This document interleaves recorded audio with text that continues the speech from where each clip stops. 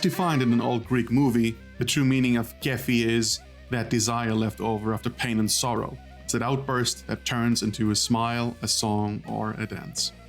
Kéfi is when you enjoy life in a holistic way and accept things you can't control but still find meaning in them. And sometimes, Kéfi is even stronger when life is tough, when you're grateful for the full spectrum of your emotions. Life is full of such contrasting moments, and that's what we talk about in the Kéfi podcast.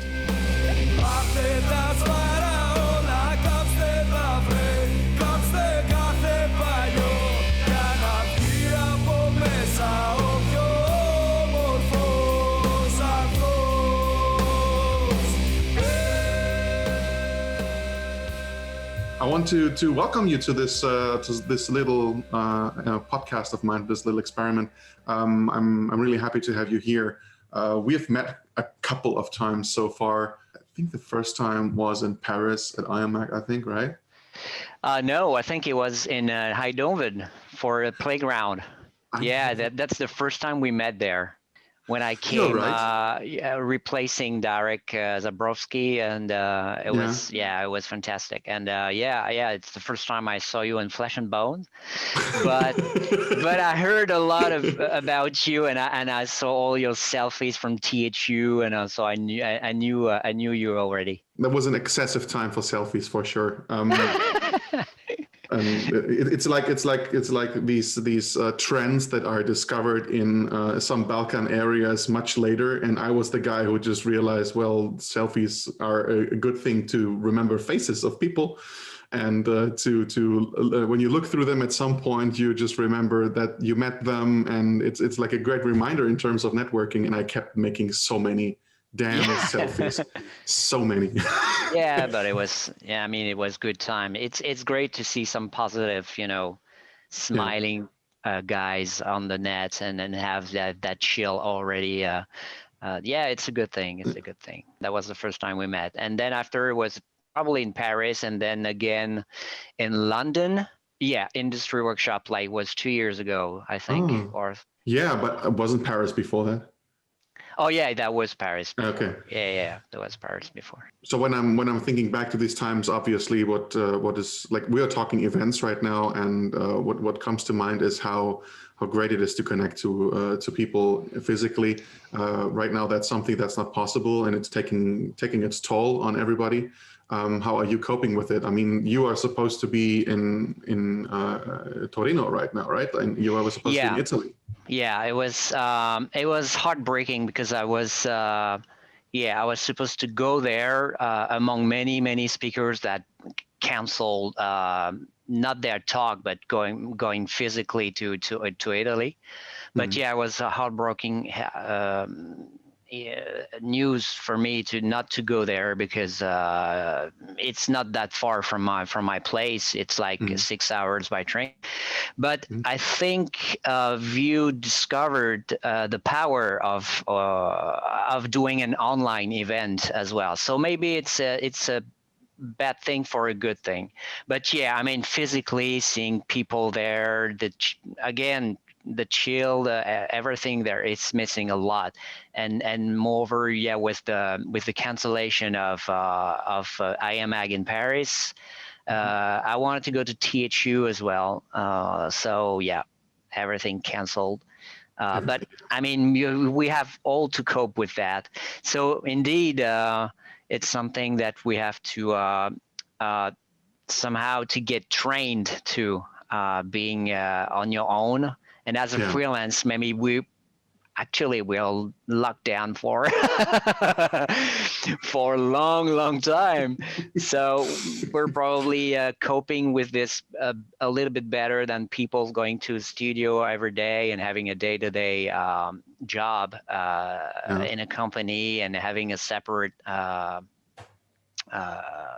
family time at home. So absolutely. But I'm doing good. I think it's going to be something good for freelance and remote work somehow, because many studios were forced to open their way of working with people, with these external people.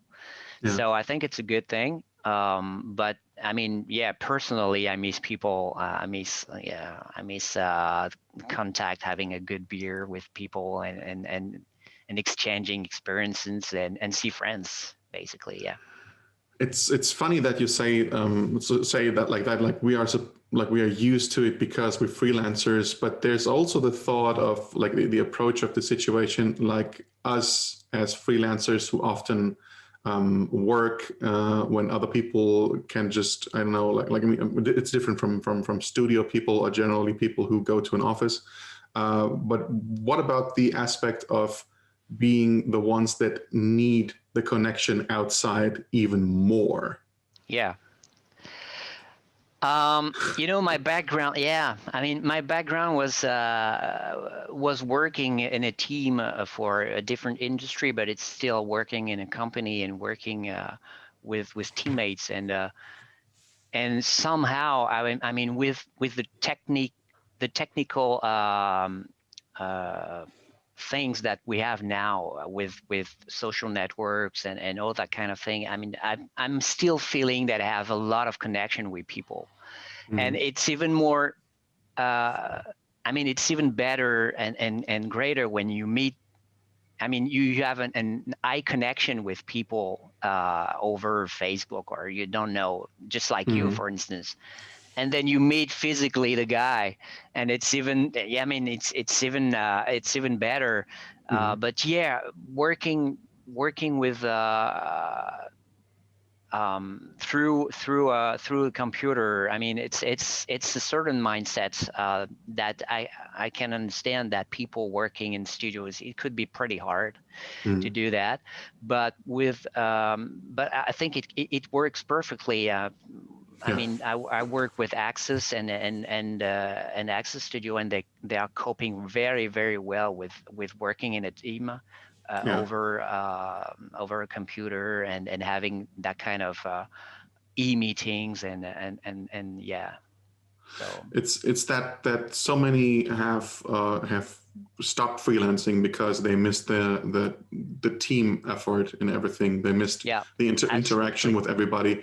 A pandemic strikes and all that just goes to hell, and people have to go back to their situations. Obviously, Bastien Lecouf said in another Uh-huh. conversation I had with him, he said, let's not forget the time before, because it's easy to adapt to a situation and go back to the cave when your effort was originally to get out of that. Yeah. But I wonder, especially now for people who left studios, how they react on this, and what could be something that maybe as a community someone could do, like maybe closer connections through social networks, as you mentioned. And Hmm. do you think that's an approach, being there for your colleagues? I was so happy to be back at home. I mean, it was a huge a huge change for me.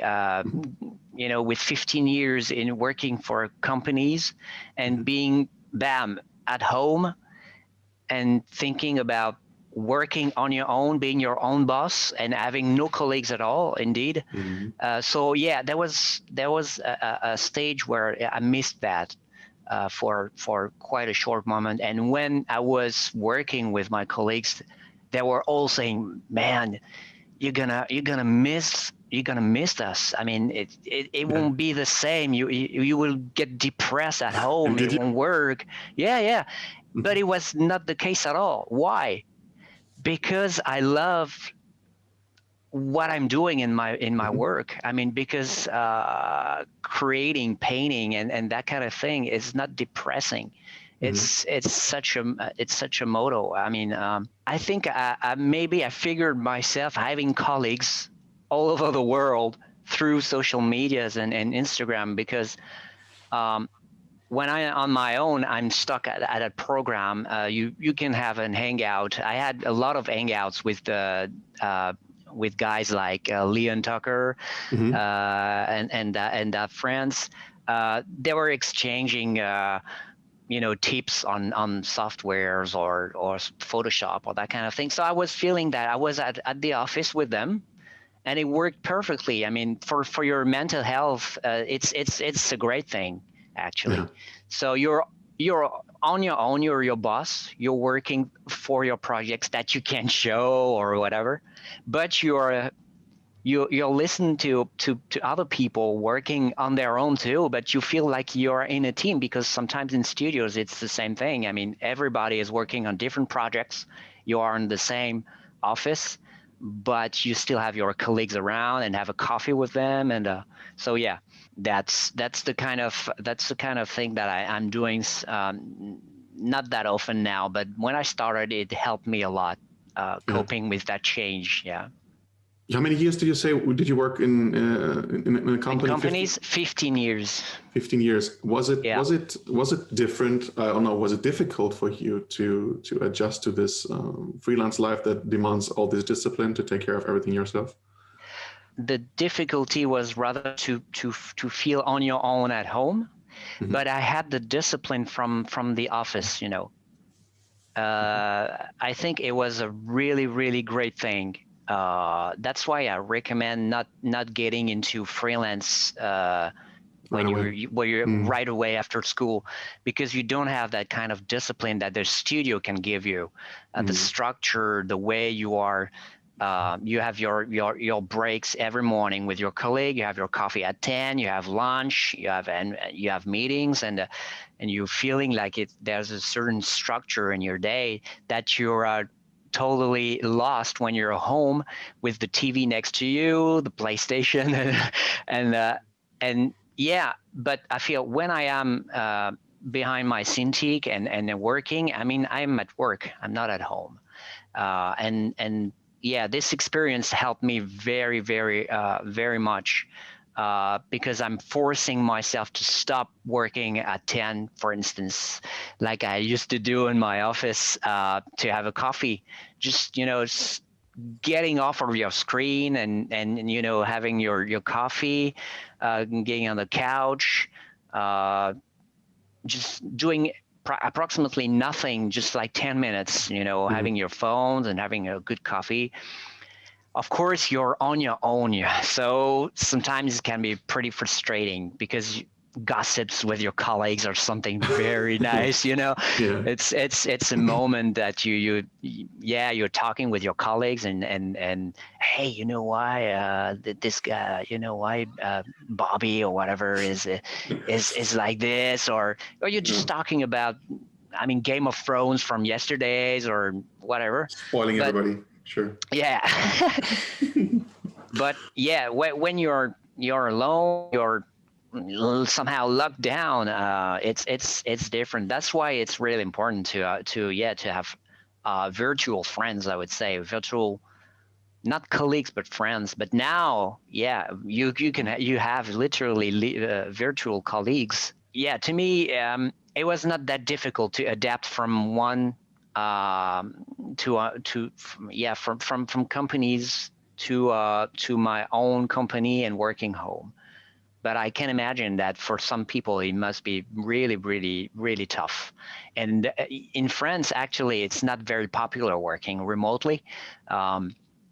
It's pretty hard for managers to understand that you're home, and in their mind they think that you're home, so you won't work. Yeah. You won't work, or I mean, your methods won't be good. I think it's the same everywhere. I don't know, but I mean, thing, yeah, totally. And I think it's just a matter of training people how to discipline themselves working from home.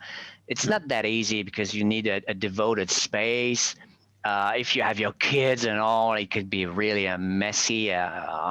You can be disturbed or whatever, but I think it's a method, and now,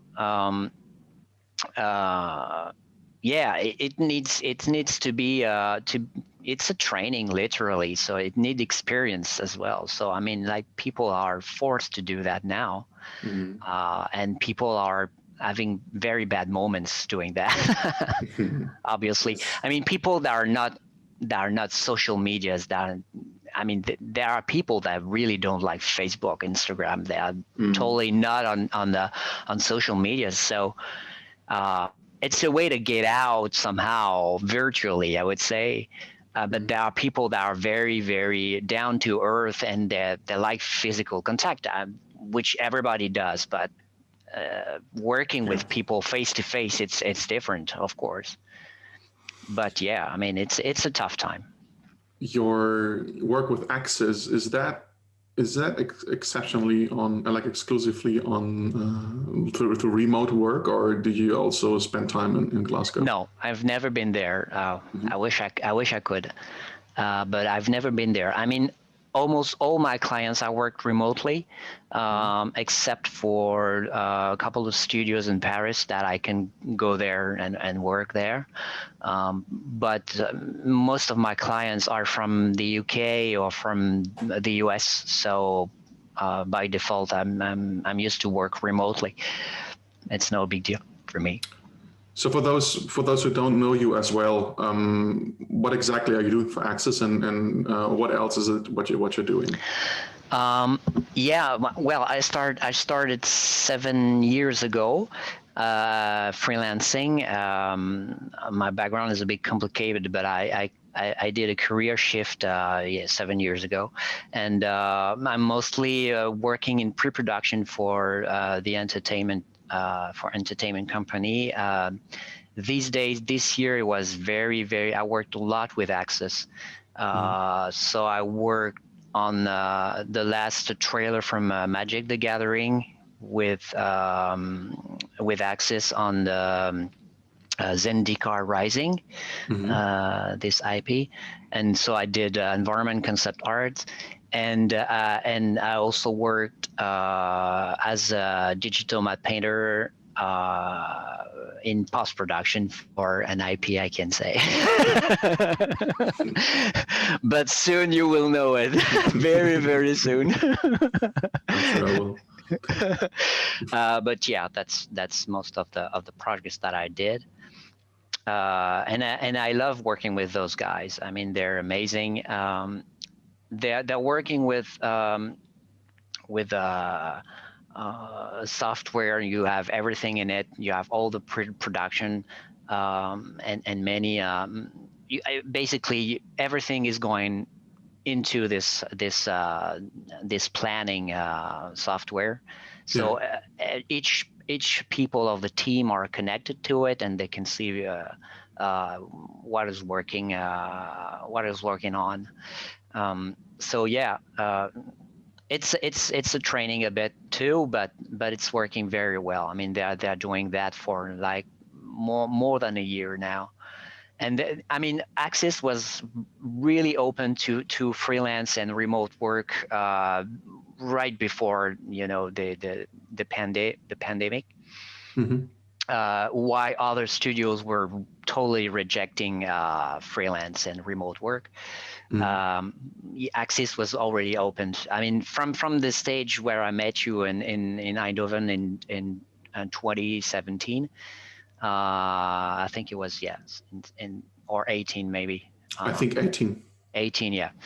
I met there John, and yeah, it was really open to work remotely, and yeah. So basically, it's working very well, and I'm sure many companies are doing the same. When it comes to this work-life balance, what's your take on it? What are you doing to balance the many hours that you're sitting on your computer?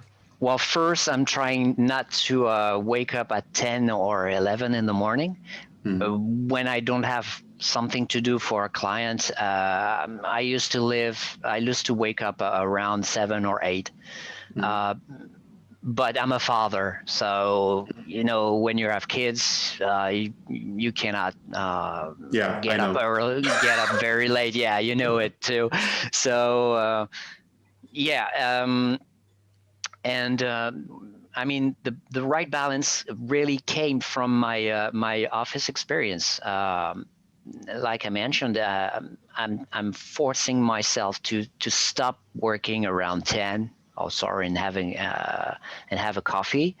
Then lunch break. So if I'm in a rush, my lunch break will be shorter. But I'm having a lunch, I'm watching an episode from a series, or I think the right balance is to be good with yourself somehow and not feeling guilty. Well, you don't have any work to do for a client. That's when you're freelance. That's the way it goes. I mean, sometimes you have very rushing periods, and sometimes you have nothing to do for any clients. I mean, it could be like a week time frame, but it could be month. So the right balance is to always keeping you doing things and be busy somehow, so training yourself. But I think when I started freelancing, I was feeling guilty, like no clients, because I was starting, so literally I had few clients. And you're feeling guilty, like watching TV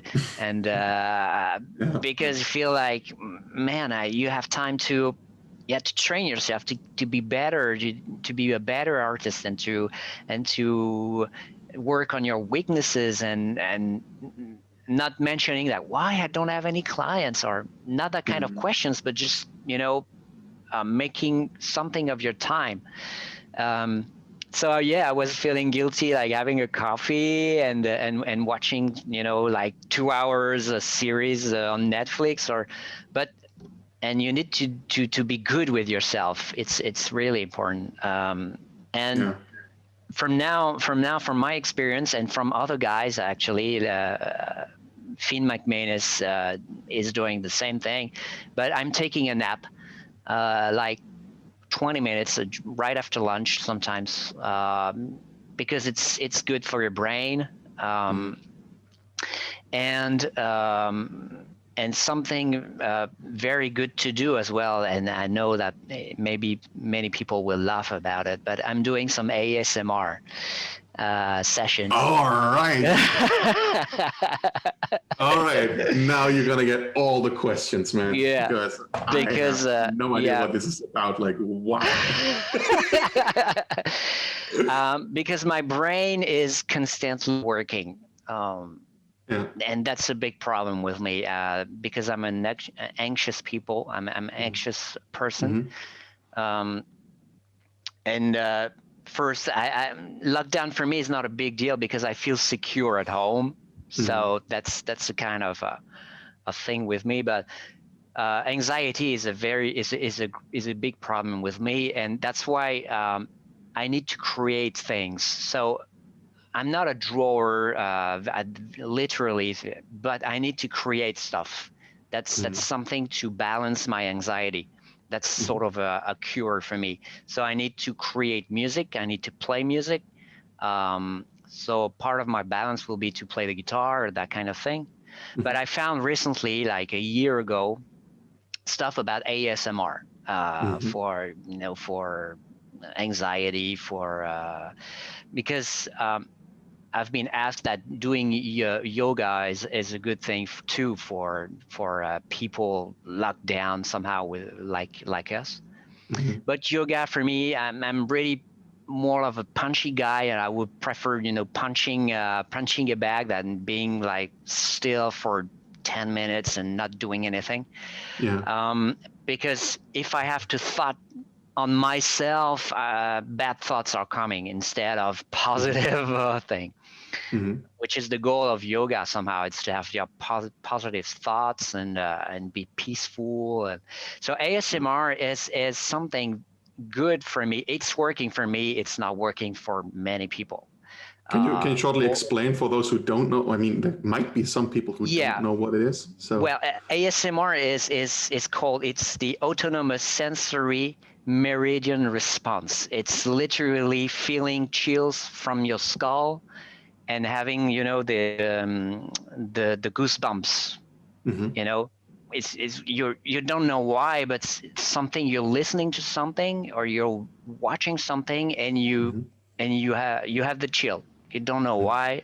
It's not a cold sensation. It's just a very positive sensation going from your skull, and it's going all over the places.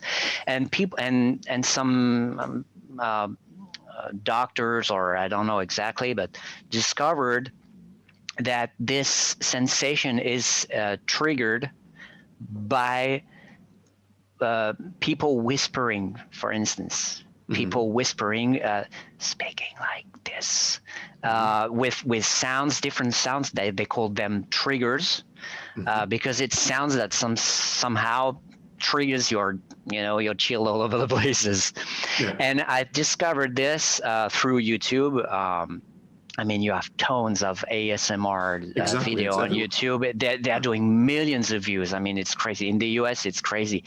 And some are really totally nonsense. No, absolutely. I mean, you really have to find your best ASMR guy. I've seen this whole thing about like feet and spaghetti stuff, and like it was kind of more like ill. Yeah, this is. For some people, it's more stressful than anything. Right? Yeah. It's like listening to people chewing or something, and for me, like because that's my trigger for the exact opposite of ASMR, because I just want to leave the table. And, and that's what happens to me. I can totally understand. So I found for me the right person doing. I mean, videos that are working for me, but it's more of personal development. It's more about, for no reasons. I like scratchings on a mic, for instance, but subtle ones. I like some kind of triggers, and I think why it's working on me, it's because I'm focused on the screen, watching the guy, facing, scratching, and I don't think of anything else, and it's peaceful, and I don't know why it's working, but it lowers down my anxiety when I am stressed, and I think it gives more energy to my brain, just like a nap, and I feel better after. So. I mean, it's not a magical thing, but for me, it's something that I found in my balance, in my health balance, because the girl is speaking about some yoga things as well. It's not just about spaghetti eating thing and mouth sounds. Yeah, it's the content too. Okay. Yeah, absolutely. So there are role plays that I dislike somehow, but yeah, I mean, it's just to find the right videos, and it's working. But I see people like watching. People think that ASMR is just watching something, working with us, with slide. How to say? Slime. Slime. Yeah, with the slime for hours, and you're just hypnotized by the movements, and it's not really that for me. But yeah, I mean, everybody needs. I think you need to try, and then just a nap is working fine for some people. So is ASMR? I know it has something to be something that works through listening only. So is it for you and for many others more something that is actually audio visual? Is it both? Oh, it's both. It's both. I like the visual, like face touching, for instance. Okay. It works really fine for me. Face touching and feeling like you're watching the video, and you almost feel that she's touching or he's touching your face. Yeah. It's pretty weird. It's really like your wife is next to you and whispering you something, dirty. But why didn't you just ask your wife? I asked her, but she. I mean, she. Can you touch my face for half an hour? I need something like that. She's doing that too. Amazing, great.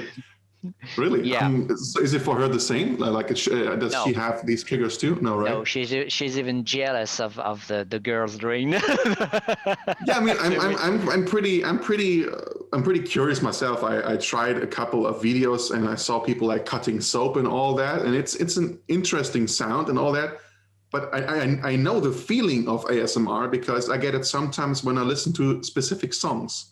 Like there might be a song that that will give me this feeling of goosebumps and this chill and sometimes tears, like really triggering emotions and all that. I wouldn't even call it stressful, but for me, it's like I will listen to this song days, one after the other, and at some point it's gone, and then I need to find the next song. Yeah. Okay. Yeah, Yeah. I see what you mean. Yeah, of course. Yeah, for me, it's I'm getting snoozy, and sometimes I fall asleep literally. Maybe for 5 to 10 minutes. When I have too much in my head and I'm taking a nap and it's not working, I feel like I have too much thinking about. Yeah. I'm just watching 5-10 minutes of ASMR and I feel sleepy and it's good. I mean, the way of switch off my brain. Still my brain is working because I'm watching a video, but I feel like it's switched off from pros and problems and work, because I think you have to switch off from your computer too when you work, because what we're doing is not being behind a canvas and smelling the oil of your painting, and it's very different. sterile. Yeah, absolutely. Yeah, that's the word, sterile. Totally. Yeah. I never had an actual conversation with someone who understands ASMR that much. I don't want to let go of the topic right now. I'm just thinking about, because I got so many questions. I'm just wondering. I mean, I'm gonna ask straightforward, and I can edit it out if you don't want. Is it sexual for you? Is it? Because I know it is sexual for some. Yeah. Is it something sexual for you? Your wife is not listening. She won't listen. Yeah. Maybe somehow. Yeah. Maybe somehow. There's a certain. Of course, there's a certain attraction. I mean, all the girls doing that are pretty attractive somehow. Yeah. Sometimes it's really going too far, very, very too far. I mean, some YouTubers are playing on this. I saw a YouTuber, I can't remember her, but she was literally eating a banana very sexually in this sexual manner. With the mouth close up. Yeah, absolutely. It was super sexual.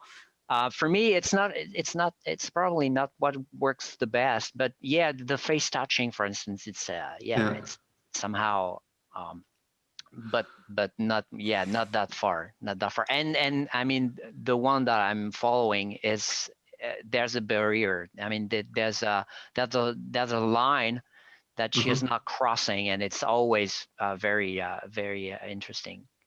So it could also be just not something outward sexual, but more something like, I only know the German word right now, so I will just try to describe it. Is it like something just that you share with someone, like a moment that you share, basically? Yeah. And I think so. Yeah. Somewhat physical, air quote physical, but not really connected to any emotion or something actual. It's like, it's really tough for me to describe, but I think you know what I'm talking about, right? Yeah, I think it's someone who's taking care of you for a moment. She's taking care, because with role plays, for instance, she's taking care of you. She's your hairdresser, or she's taking care of your beard. She's doing things for men, for girls. She's doing the makeup. She's cutting your hair. So she describes that along the process, right? Yeah. Yeah, she's literally dressed up. She's natural, I would say, not like a nurse or whatever, but she's somehow dressed up. And she's doing the thing, like you feel like she is touching your beard, and with the scissors, she is doing the thing. Yeah. So yeah, that's the sound of the scissors. I mean, I have the capacity to transpose myself from reality to irreality, because I used to be a master of play for Shadowrunner. Shadowrun. Yeah. Okay. And so when you're doing that kind of role plays, you really have to. You're physically. On the table and with literally nothing but papers and dice, and you have a guy, just talking about your environment, and you have to figure out everything. You have to figure out your own character. You have to figure out what to do, where you are. So if your master is bad, the game will be bad. If your master is good, you feel like every element is putting you under pressure. And I feel like, yeah, that kind of, this is probably why ASMR is working well on me. It's because the imagination is taking over, and you're feeling the thing that she's doing virtually on the video, but you're feeling almost like she's touching your beard or. Yeah. That's interesting absolutely. because your imagination is basically part of somewhat of a therapy in that sense, right? Like you imagining someone being there for you just to calm you, and when it's over, then you just go on with your life. Yeah, absolutely. That's a great kind of service. Yeah. I'm not saying that my wife is not doing that. It's really something very different. I get it. Because that's a point I wanted to mention, but it's the family is of course very, very important for balance in your life and pro-life. And my wife has already always been there for my work. She was really supportive of my work. Because if you have your wife against you when you're doing what I did, it's very, very hard. It was hard, but if you don't have your wife with you, it's even harder. But but the ASMR is that kind of thing. Yeah, actually, indeed, it's someone taking care of you for like half an hour or. So, as someone who has been dealing or is still dealing with anxiety, and you called yourself a punchy guy, and have you what's your thought on therapy, and have you had therapy? Yeah, I actually had a therapy for like 1 year or two. And she was half psychologist and half hypnosis. Hypnosis. Okay. So that was a trigger for me as well, that I was, lying on a couch and she was trying to put me into another world with positive thoughts. Peaceful thoughts. So you're on the mountain and you're listening to the wind and that kind of thing. And actually, ASMR was kind of the same thing that I found cheaper. But I mean, a therapy is, I think it's a good thing to do. I actually maybe should be back again to a therapy because I developed some kind of being at home all the time is I feel more and more secure being at home, and with the anxiety of what is going on outside. Agoraphobia is it's not a thing for me, but it's starting a little bit. So I'm starting to be a little concerned about it. Yeah. Has it been a thing, or is it the first time that you're developing something like that? I don't know. Honestly, I don't know. It's just like I'm not feeling good anymore in Paris. I mean, too many people. It's a stressful city first. But yeah, I mean, I feel very, very secure at home. I have my work, my family, and it's even worse now because I have my family with me. And you're supposed to stay at home, right? Yeah. Yeah.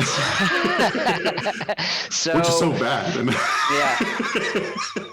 Oh man. Okay. So indeed. But I fixed a lot of problems in my earlier therapy before. And I think it's not a taboo anymore. No.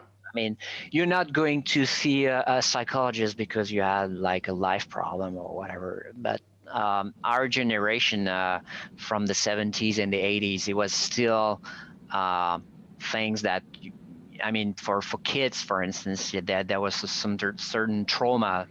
I mean, in that generation, that maybe the kids now, even very, very young, they go straight to the therapist. So I think it's a good thing to do so because you want to move forward in your life somehow. Yeah, I agree with the fact that the stigma of therapy, of being analyzed by someone, is certainly not the same anymore as it used to be, and you can see it like with every year becoming different. I remember myself commenting on the fact that anxiety was a word that was popping up everywhere around me. And at some point, it just seemed to be something like a trend until I realized that it's not a trend. I just realized that more people start talking about it, and it has been there all the time. You know, like it's like with this, when you grow up and suddenly you realize that people around you are getting sick and possibly dying. It's just something that happens. It's a causal thing. And when more people talk about it, it kind of is like the whole COVID testing, right? Like if you test more, you will have more positive cases, obviously. Yeah, absolutely. And if you talk more about anxiety, it's not about a trend or that people are having it. Maybe just people also realize that they have it because they never realized what was wrong with them in the first place. Absolutely, yeah. There are less and less taboos in our society now. But literally, I went to the psychology because it was the time when I was wondering myself what I want to do, and taking the risk of changing life from going from my work as an engineer in not an engineer, but working in the oil industry, and taking the risk of quitting a good situation to literally the void. No clients. No clients. Will I make a living from painting things and doing book covers? Will it be enough? I mean, so many questionings, and my therapist really helped me going this way and doing what I wanted to do, and she was right. But I took the right decision thanks to my wife too. Which is great. I wonder, so in this case, what was the trigger for you to go? I mean, if you allow yourself to talk about it. Well, the trigger was business. The trigger was literally, I was secured in my job with a good career. And what triggered the change was literally a French a magazine who called me and wanted to hire me for each 2 months, each 2 months with a secure salary. And that was the trigger, because I was scared to death not having a revenue, not having a salary every month, or not knowing how much I would have in the end of in the year of, and he projected me some figures, because that was my former job. I was in the business of oil and trading shipping, so I was really what we call a fixed term contract. So it literally mean that it was not spot. And for me, what I was doing, it was spot contract, which is the case for freelance somehow. But I was not prepared to that at that moment. And then when he proposed me that job, I would say, wow, that's probably now. That's the moment, because I will earn like 15K at least for the year, because that he was proposing my 15K everything for the year. Extra. And yeah, absolutely. So I would say, all right, 15K is far less than I'm earning now, but it's a really good start. It's a secured start. So I said yes. I passed the test and whatever, and it was not very glorious one. I really not talking about it, because it was like most of the time it was retouching skins and of stars in France. It was for teenager, so I was So I started as retouching and doing like some sort of posters from Justin Bieber, and I learned a lot, because people are thinking that it's bad. It's poor. No, it's not. And in fact, the guy who hired me, he was running the business for 17 years, so it was really very hard to work with. And it was a business I didn't know, so I had to cope with many problems with him. But it worked well after 2 months, 3 months, and I worked for him like for two years. And then I got more and more gigs with covers. I had another clients, but he was really the guy who triggered me, who triggered the desire to change. Yeah, the desire to change and see that it was feasible. That was my biggest problem, to know if the business would work, and have this regular wage every 2 months was really the thing that changed everything in my mind. So I decided, I went to my president and see him, and I said, can we have an arrangement? And in the end, I had to take a sabbatical year. And it worked really well. After 5 months, I quit. But yeah, it was really tough. And my therapist helped me a lot during this period, because it was right in the middle of this. So yeah. So your therapist has helped you cope with the anxiety of doing this important step and the risk to, you already had a family back then, right? Yeah. So my son and my wife. Yeah, it was pretty tense. Pretty tense, because I had my day-to-day job, and I had gigs at night. So I was coming back from work, and I was going straight to my computer and work again. So my wife literally didn't see me like for probably 2 years. I was there, but I wasn't there. I was so desperately wanting to, make it work. Yeah. I was training myself. I was working hard. I was painting anything, but I was posting a lot of shit works on DeviantArt, just to get noticed and work. And it changed everything when this guy came up and say, "Hey, do you want to do that?" Because nobody wanted to take this job for no reason, but yeah. And I accepted it, and I learned so much in Photoshop. I mean, the retouching tools and all that kind of thing. Yeah. I mean, it's a way to tweak your artwork in the end. And I mean, now that photo bashing has become a thing, I'm pretty sure that a lot of these things that you learned have become an important skill. Yeah, absolutely.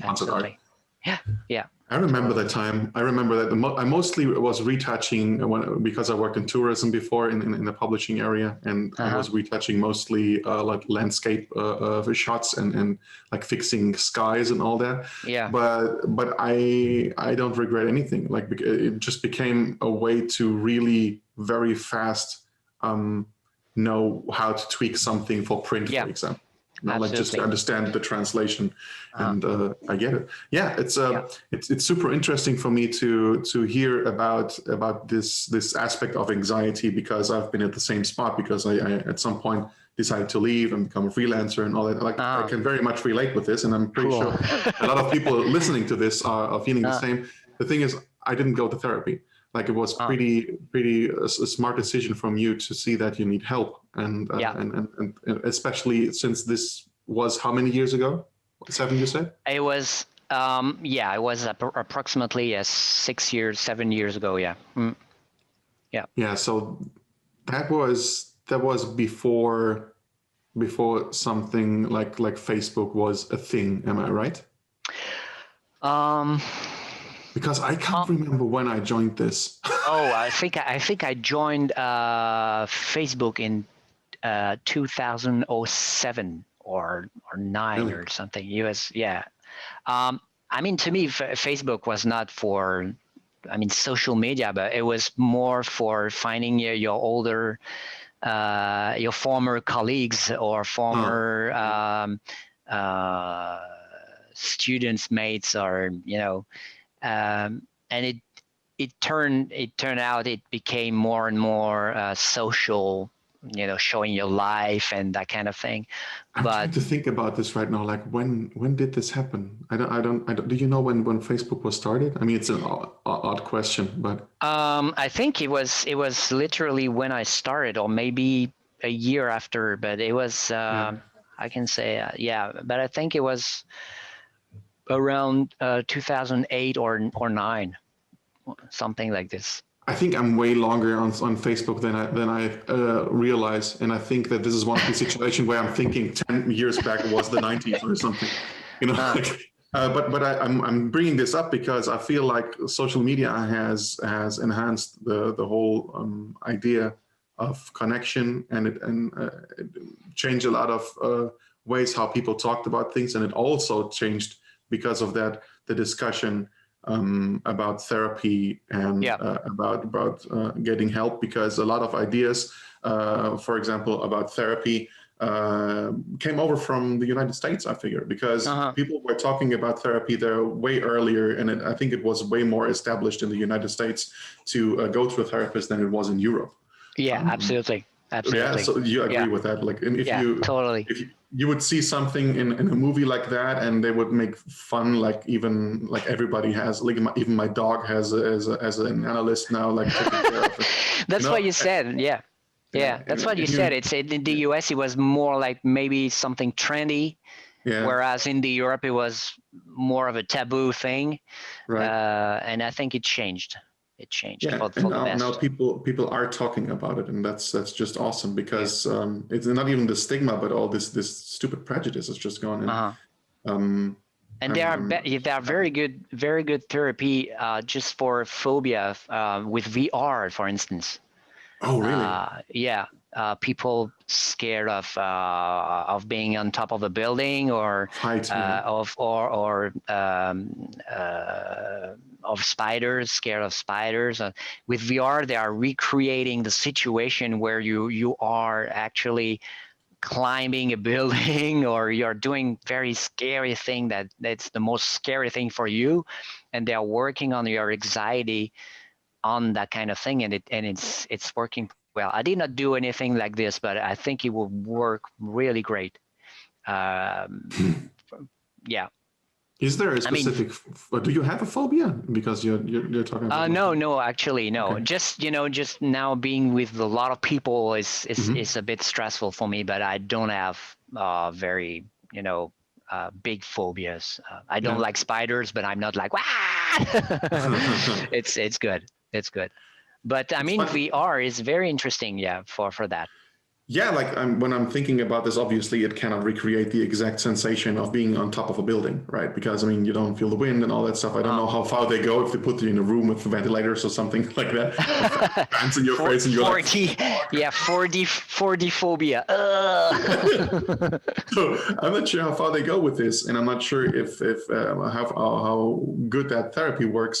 But it's certainly a really cool approach, because I'm pretty sure that stuff like fear of arachnophobia or something like that can, because this is an entirely visual thing, right? Like Yeah, something looks like a spider, absolutely.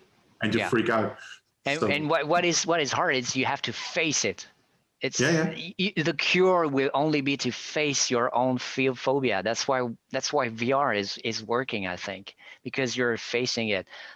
For animals, you can do it in flesh and bones. I mean, you can have like proper spiders and that kind of thing. But Yeah, but maybe the for approach is different when you know that it's not real. yeah, So you might be a I good first step. I saw a workshop in the Eiffel Tower that they were doing that kind of therapy for guys that are scared of being in the Eiffel Tower, and it was Wow. and there was a lot of people there. Yeah, working on something very thin on a building, and you just like in a game, and it's like Assassin's Creed, and Mm. and you are struggling and freaking out, but it's a good thing, and I saw that on the Eiffel Tower. They were doing that for as a workshop, or it's so funny. Yeah. I'm wondering how that would be. Like, I mean, my wife has this very, she's very afraid of heights. And if she's on a ladder or something, you can see her being very stressed out. But I know that there are people who have it in such a high degree that the sheer imagination will almost make them faint. Yeah, I am. And I imagine how that would be like putting on these VR goggles and being like in your room in a 1 second, and the next second you're on top of a building, and your brain probably will react just as if it was real because of the amount of stress that it gives to you, right? Like yeah, hard to imagine. Absolutely. I wanted to thank you so much for no, thank you, man. Thank you for explaining ASMR to me. I'm sure you're gonna try out I try just one video and say, oh, I try. You know what? You're gonna send me some links. I wanna find out what this is about, and I'm super curious. But I think I don't get it. I still don't get. Like I understand, but I don't get it. And I probably I would need something like a VR therapy for feet in spaghetti and dealing with these sounds and all that stuff. So maybe that's a good approach. Yeah, I mean everybody found his own trick, to feel better, and for some people it's just eating or just having like a good fitness workshop, and sometimes I really need to do that kind of physical thing at my place. So just having a break and go down in my apartment and have 10 minutes of breathing the fresh air is a good thing too. But I recently figured out that I think my thing is exactly what we're doing here, like having an actual connection with someone and talking about things that matter. So I'm super grateful that you did this, because this is my little ASMR therapy. And, I'm just for me it's just emotions probably. So thank you so much for taking your time and explaining all these things to us. It has been a really interesting conversation, and I hope we do this again at some point. Thank you so much. Likewise.